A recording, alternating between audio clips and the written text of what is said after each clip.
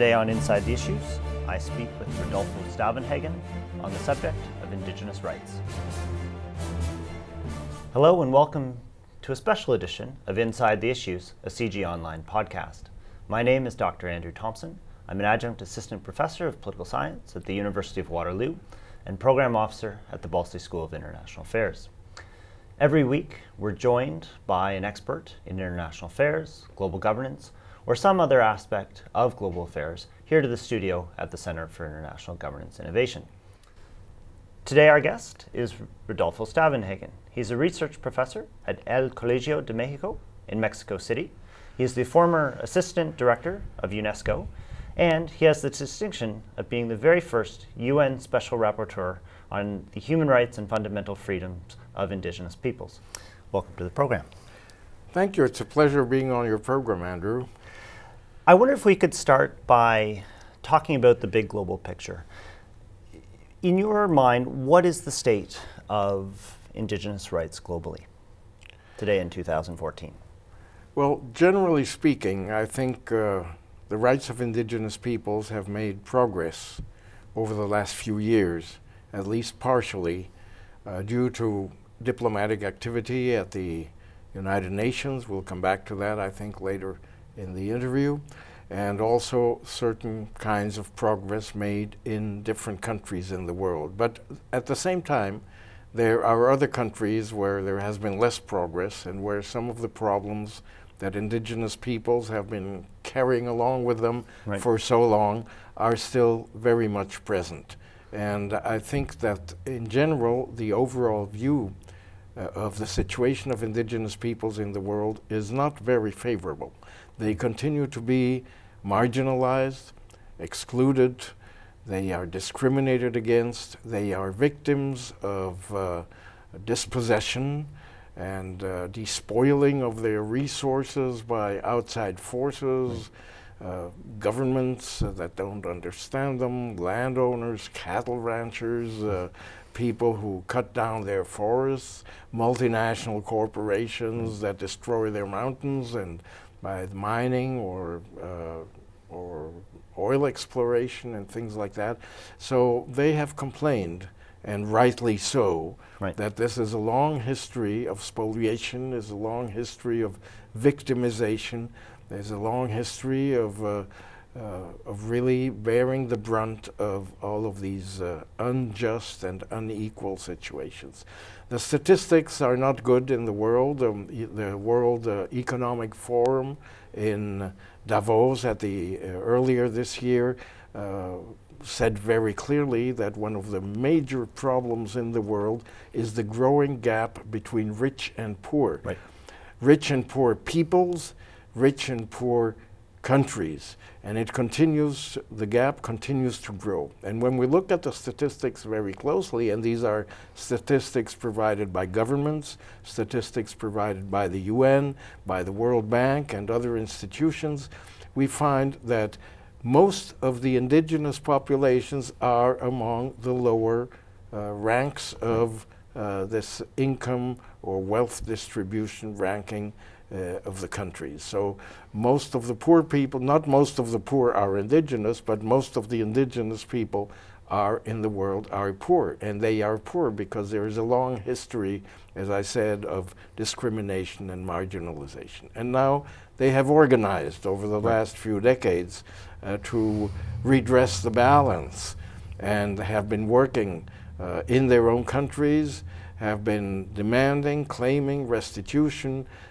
claiming awareness of their situation, and claiming that things be done, policies be changed, and the United Nations has been very active in this. Right. And just building on that, are there really specific challenges facing Indigenous peoples that are unique to them and where we really haven't had many advances? And I'm thinking of things like the engagement with corporate actors or protecting cultural identity and things like that. And so what are some of the very unique challenges facing this very distinct group of rights bearers? Indeed, there are very unique challenges that are proper to Indigenous peoples. I would start with some basics. Indigenous peoples have always been close to the earth, to Mother Earth. That is, they have been living on the land, not off the land, but on the land and for the land in a very close relationship that in some places is subsistence agriculture, in other places it is still hunting and food gathering in many places of the world. And this has been broken down because of modernization, because of globalization, because of government policies. And the latest, I think, threat and danger to indigenous people's survival as traditional societies is the interest in their natural resources, which is part of the movement towards globalization. And really, somebody calculates that about 30% of the land that is now sought by multinational corporations for their wealth as resources, mineral resources, oil resources, and things like that, is situated in indigenous territories in the world, even though the number of indigenous peoples is much less than that percentage. So there is an increasing danger to the indigenous peoples through the dispossession of their land resources for other purposes. Right.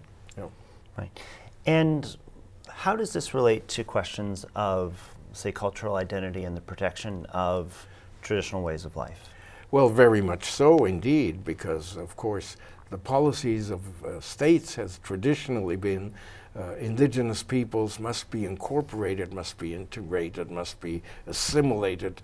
Indigenous peoples must become true citizens of these countries, which means, according to the dominant ideology, that they would have to lose or discard their traditional identity, their languages, their cultures, their ways of life, their relation with the land and the resources, their traditional religions, their traditional knowledge, which is of course a great wealth and a source of information for the world at large, their knowledge of the environment, for example, and you can see that in the Amazon and you can see it in the Arctic region in the north. There is this very close relationship between indigenous peoples and the environment in which they live. But this is falling apart due to policies that are negative to them. Right. Thank you so much. When we come back for the next section, I'd like to focus our attention on the UN system and specifically what the UN is doing to address some of these challenges. We will be back in a moment with Rodolfo Stavenhagen. You are watching or listening to Inside the Issues, a CG Online podcast. Look for us online at cgonline.org, on Facebook, on YouTube, and on Twitter.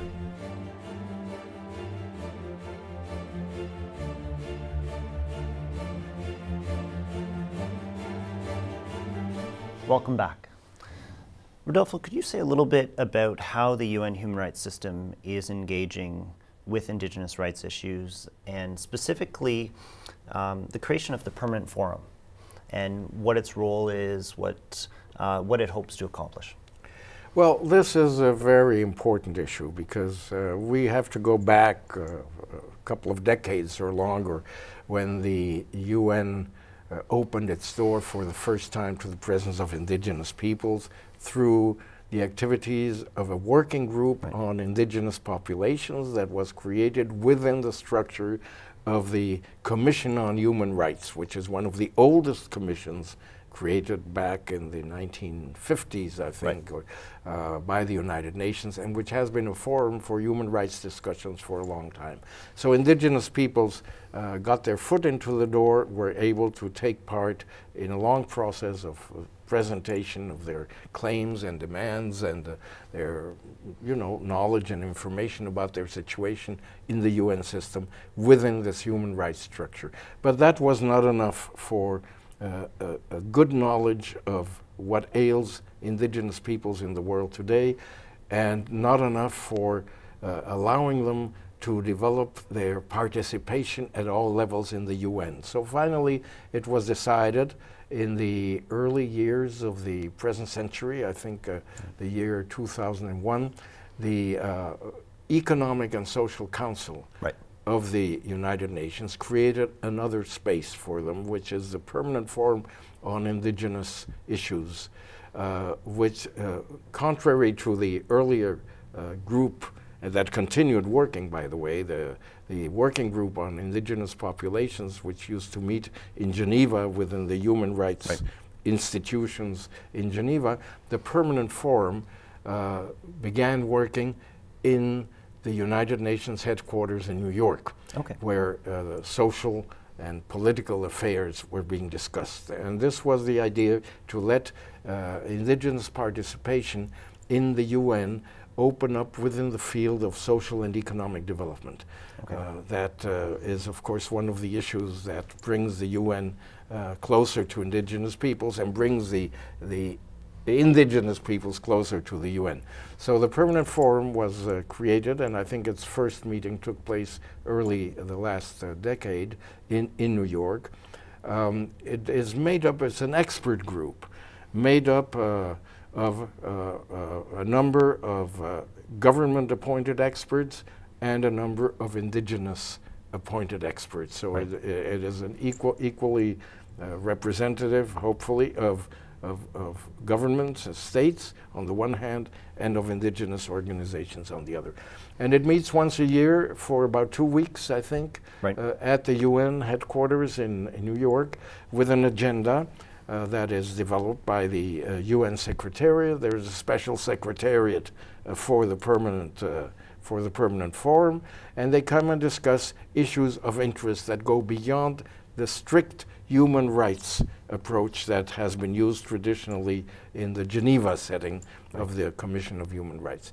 And they now have developed a certain mechanism for addressing major issues facing indigenous peoples by asking for studies to be carried out or carrying them out themselves on particular issues, and then discussing them as they do every 2 years when they come to New York. And these documents are then official United Nations documents with an analysis of the situation, with the recommendations to the UN itself for its policies, recommendations to governments, recommendations to the public at large. For example, some years ago, the chairperson of the Permanent Forum, and I attended some of the meetings as a special rapporteur in the early years when I was special rapporteur for the UN. I prepared a study they asked me to do for the Permanent Forum.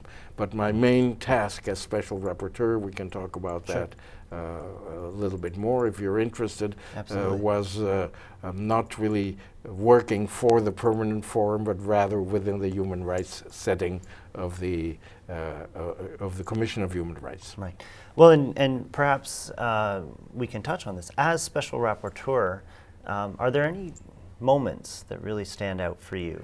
You were in that position, of course, for 5 years, and for seven years actually. Are there any moments, good or bad, that really stand out?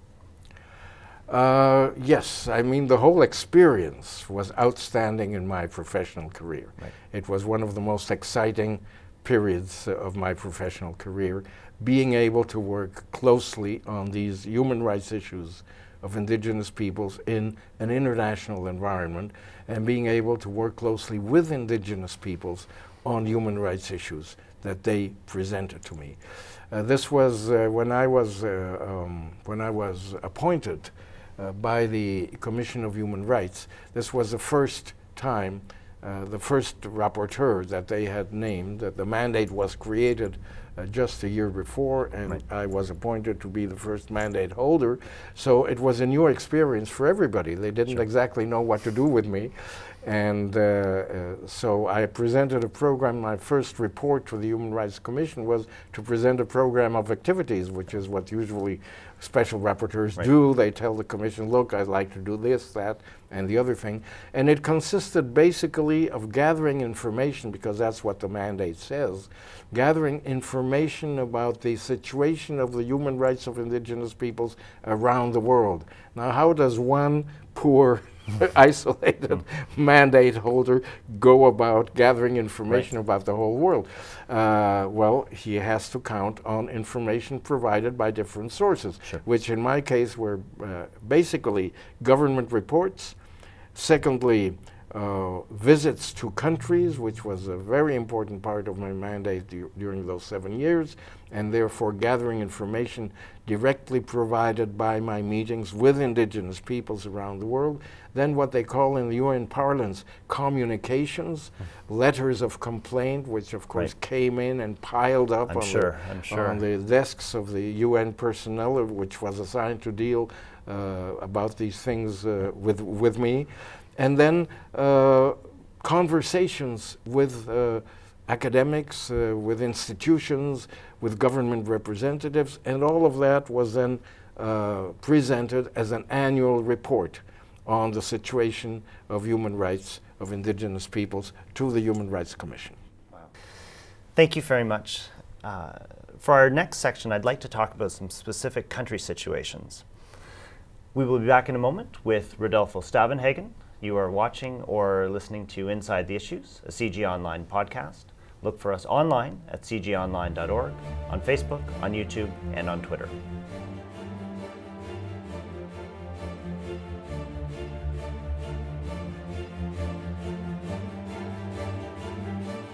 Welcome back. Rodolfo, I wonder if we might talk about some specific country situations. Which countries are, in your opinion, really taking the issue of Indigenous rights seriously? Which ones still need to do much more? Well, certainly the situation of indigenous peoples in all countries that I'm familiar with, and particularly those that I visited on official or unofficial missions during my years as a special rapporteur, indigenous peoples all have very serious problems in their countries. Now, in some parts, states are addressing them more immediately, or there are special interests or organizations or departments in the governments that deal with indigenous issues, not always satisfactorily, but at least they acknowledge the existence of these problems and make efforts to improve the situation. And in others, they actually deny that there are any indigenous peoples at all, and so there are no problems. So between these extremes, you know, you find all sorts of situations. My first visit, actually, back in the year 2002, was to a country I had not visited before, the Philippines, because the indigenous organizations in the Philippines were very active in getting me to come. When they found out that I had been appointed rapporteur, they immediately sent a delegation and asked the UN to prepare a visit. And finally, they were able to convince their government to make an official invitation, because obviously, in order for the special rapporteur to be able to visit a country on an official mission, he or she has to obtain an invitation from the government. If this does not occur, and it occurred in some countries that they didn't get an invitation, I wasn't able to make an official visit, an official visit at all. So my interpretation was the situation is so bad that the governments don't want me to come and visit them. And some of the indigenous peoples were saying exactly that. They said, well, they don't want you to come, so how can we get you to come anyway? So this sort of dualism started from the very beginning when I was a rapporteur. You know, my dealing with governments on a very official diplomatic level, after all, a high-level UN official. And actually, I was never a UN official, let me say that. The mandate is a pro bono mandate. You're not, you don't become an official, a paid employee of the United Nations, but you don't represent your government either. So you're a free, independent expert, which is a wonderful feeling in that world of bureaucracy, national bureaucracies and international bureaucracies. You're an independent expert. You're supposed to do what you want to do and have to do, and you're supposed to say what you want to say, whether people like it or don't like it. And that is very important. I think it's something important in the UN system, and usually it has worked fairly well. So my first visit was to the Philippines. And I did have a contact. I had an invitation from the government. I had contact, high-level contact with government officials. My first few days were visiting, government offices and asking for the official statement of what the government was doing for indigenous peoples, which usually sounds very good. They had a law, actually. Very few countries by that time had a law for indigenous peoples. Philippines had carried out this thanks to the activity of the indigenous organizations who were very active in the Philippines. But after the first few days, I visited the country in the company of the organizations who had organized my visit, actually. So it was a good balance. And I found that there were very many problems that they had to deal with, even though the government said we're doing as much as we can. In fact, situations were not very good in terms of mining corporations, in terms of land issues, in terms of deforestation. As one of the leaders of the organization said, we are victims of development, because there was the idea of the, development is above all a national aim, so indigenous peoples just have to subordinate themselves to the plans of the government. And, indigenous peoples weren't very happy about that. By the way, let me just add, and this is important, I think, for our audience to know, that the head of the indigenous organization who invited me back in the year 2001 to visit the Philippines is now my successor as Special Rapporteur at the UN. Her name is Victoria Tauli, and she has a long history of leadership in indigenous organizations, not only in the Philippines, but also in the Asian countries as a whole. So the Philippines was quite an experience, a first experience. My second one was a visit to Guatemala. They had also insisted, the indigenous organizations, now that we have a special rapporteur in our own language, and actually the government of Guatemala had been, together with my own government, the government of Mexico, had been at the origin of proposing my name. So the government itself said, Rodolfo, come and visit us. And at that time, Guatemala was coming out, or a few years before, they had ended a terrible civil war, a 30-year-old civil war that had created havoc among indigenous populations, and many thousands of victims of violent repression by the army in Guatemala were indigenous peoples. So there was a history of genocide.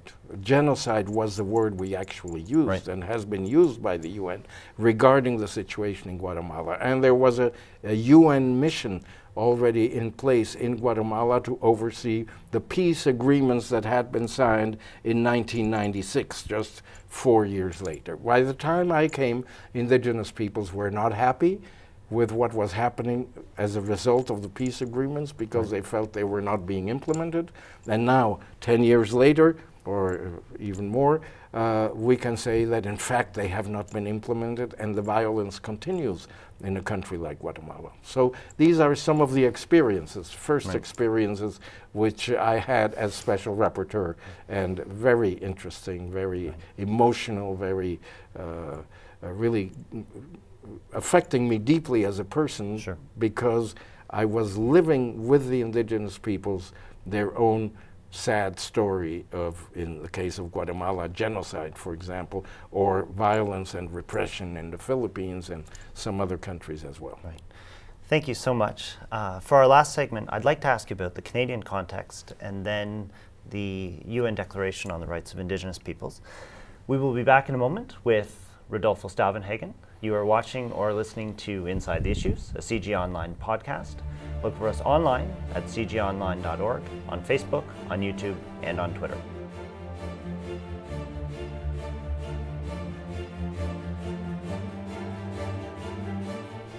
Welcome back. Rodolfo, for our last segment, I'd like to start by asking you about the Canadian context. And of course, as you know, and as many of our viewers know, this has been an ongoing challenge for Canada for many, many decades, and of course beyond. What is your assessment of the current attitude towards the advancement of Indigenous rights here in Canada? I was very happy when I was able to talk to Canadian diplomats at the UN who were very forthcoming and actually wanted me to come and visit Canada on an official mission as soon as possible. Right. Because they had been going through a period of negotiation between Canada and Indigenous peoples through treaty rights and recognition of the claims of Indigenous peoples. And some of my contacts with the Assembly of First Nations and other Indigenous chiefs of the First Nations, basically Aboriginal peoples, also the Métis, came to talk to me and see me and wanted me to come and take a look at Canada. So actually I did, I don't remember exactly what year, it must have been 2004, 2005, I made my first official mission. But before that, I had received an invitation from Indigenous organizations in Canada, basically in British Columbia, on an unofficial visit. Right. And I had visited some Canadian Indigenous areas from British Columbia to Halifax, and several other places, not in my official capacity, but gathering information provided by Indigenous organizations. Then when I came on an official visit, of course, I had the opportunity to talk to the highest level government officials involved in Canada, Indian affairs, and I went on a visit to Nunavut, which had recently been, well, had received or had been established as an autonomous entity or territory in Canada.